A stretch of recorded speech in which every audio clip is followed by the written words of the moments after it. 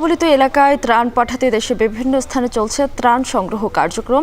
সে খবর জানাতে ঢাকা বিশ্ববিদ্যালয় টিএসসি থেকে যুক্ত হচ্ছেন সহকর্মী মাজহার মাহবুব, আর বরিশাল থেকে যুক্ত হচ্ছেন সহকর্মী ফেরদাউস সোহাগ।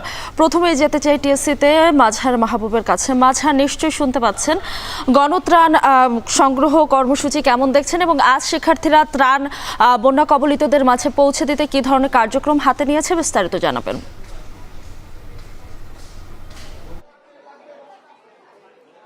ঢাকা বিশ্ববিদ্যালয়ের টিএসসিতে বৈষম্য বিরোধী ছাত্র আন্দোলনের ব্যানারে কিন্তু 5 দিনের মতো আজকে ত্রাণ কার্যক্রম বা বন্যার্তদের জন্য যে সহায়তা পণ্য তার সামগ্রী সংগ্রহ করছে। নগদ টাকার পাশাপাশি সব ধরনের প্রয়োজনীয় পণ্য যে যার জায়গা থেকে পারছে তা কিন্তু নিয়ে আসছে। আমরা যদি দেখতে চাই যে টিএসসির যেই ক্যাফেটেরিয়ার ভেতরে কিন্তু এখানে সব ধরনের যেই প্রয়োজনীয় পণ্য সামগ্রী যারা নিয়ে আসছেন তা বাছাই করে আলাদা আলাদা বস্তায় ভরে সেগুলো কিন্তু ভিন্ন ভিন্ন জায়গায় রাখা হচ্ছে এবং তা আসলে সব কিছু সুষম বন্টন যেভাবে করা হবে সেইভাবেই কিন্তু আসলে কার্যক্রম পরিচালনা করা হচ্ছে। আরেকটা জিনিস জানিয়ে রাখতে চাই যে যারা ত্রাণ পণ্য সামগ্রী যারা সহায়তা সামগ্রী যারা সংগ্রহ করছেন তারা যেমনটি আমাদেরকে জানিয়েছেন যে আসলে যারা সাধারণ মানুষ রয়েছেন রাজধানীর আপামর জনতা নিজের জায়গা থেকে বাসাবাড়ি থেকে সব ধরনের খাবার সামগ্রী কাপড় সব ধরনের প্রয়োজনীয় পণ্য নিয়ে তারা আসছেন। মূলত বন্যার্তদের সহায়তার জন্য যে প্রাথমিক যেই শুকনো খাবার যেটি পচনশীলের পরিবর্তে আসলে শুকনো খাবারে সেখানে খুব বেশি প্রয়োজন হয়। অপরদিকে রাজধানীবাসী আসলে তারা তাদের মতো করে নিয়ে আসছেন, কিন্তু যে কাপড়ের যে চাহিদাটা সেটি বন্যার্তদের মাঝে তুলনামূলকভাবে কম। এক্ষেত্রে কাপড় আসলে জমা পড়ে যাচ্ছে টিএসসিতে, কারণ অনেকেই কাপড় নিতে চাচ্ছেন না। সেখানে তাদের খাবারের প্রয়োজনীয়তাটা আর একটু বেশি দেখা দিচ্ছে। পাশাপাশি যেহেতু বিদ্যুৎ সংযোগ সেদিকে নাই, মোমবাতি এই ধরনের প্রয়োজনীয় খুঁটিনাটির বিষয়ের কিন্তু বেশ সেখানে আসলে চাহিদা রয়েছে। সেই জায়গা থেকে তারা এখানকার ভলান্টিয়ারদের পক্ষ থেকে আহ্বান জানানো হচ্ছে যে শুকনো খাবার এবং খুঁটিনাটি প্রয়োজনীয় নারীদের জন্য আরও বেশ কিছু প্রয়োজনীয় যে পণ্য রয়েছে সেগুলোর প্রতি তারা বেশি জোর দিচ্ছেন। যদি জানিয়ে রাখতে চাই আর একটু মিতু, যে গত 4 দিনে 22 থেকে 25 তারিখ রাত পর্যন্ত 4 দিনে কিন্তু 22, 23, 24, 25 5,23,00,000 টাকা নগদ টাকা সংগ্রহ করা হয়েছে এখানে। এবং এর পাশাপাশি আমরা টিএসসির পুরো ভেতরকার চিত্র আসলে শুধুমাত্র একটি জায়গাতে দেখে বোঝা যাচ্ছে না, যে সব জায়গাতে যে শুকনো খাবার সহ প্রয়োজনীয় সব ধরনের পণ্যের যে একটা স্তূপ রয়েছে। সেখানে আসলে ট্রাকের পর ট্রাক নিয়ে গেলেও হয়তো এখানে শেষ হবে না, এরকম একটা পরিস্থিতি পুরো টিএসসি কিন্তু আসলে তুলেই গেছে পণ্যে।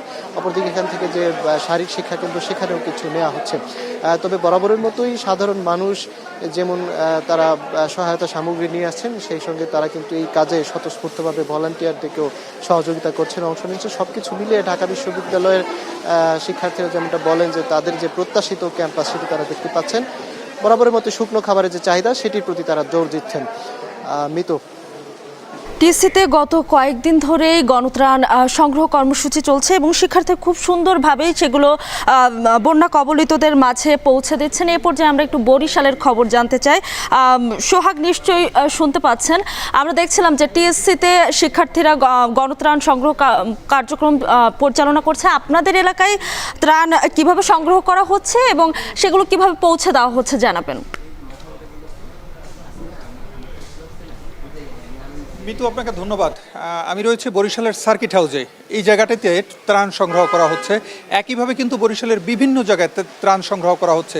বরিশাল বিশ্ববিদ্যালয়ে ত্রাণ সংগ্রহ করা হচ্ছে, বিএম কলেজে ত্রাণ সংগ্রহ করা হচ্ছে। এগুলো 3টি জায়গার নাম আমি উল্লেখ করলাম। এছাড়াও বরিশালের বিভিন্ন রাস্তায় কিন্তু ত্রাণ সংগ্রহ করা হচ্ছে।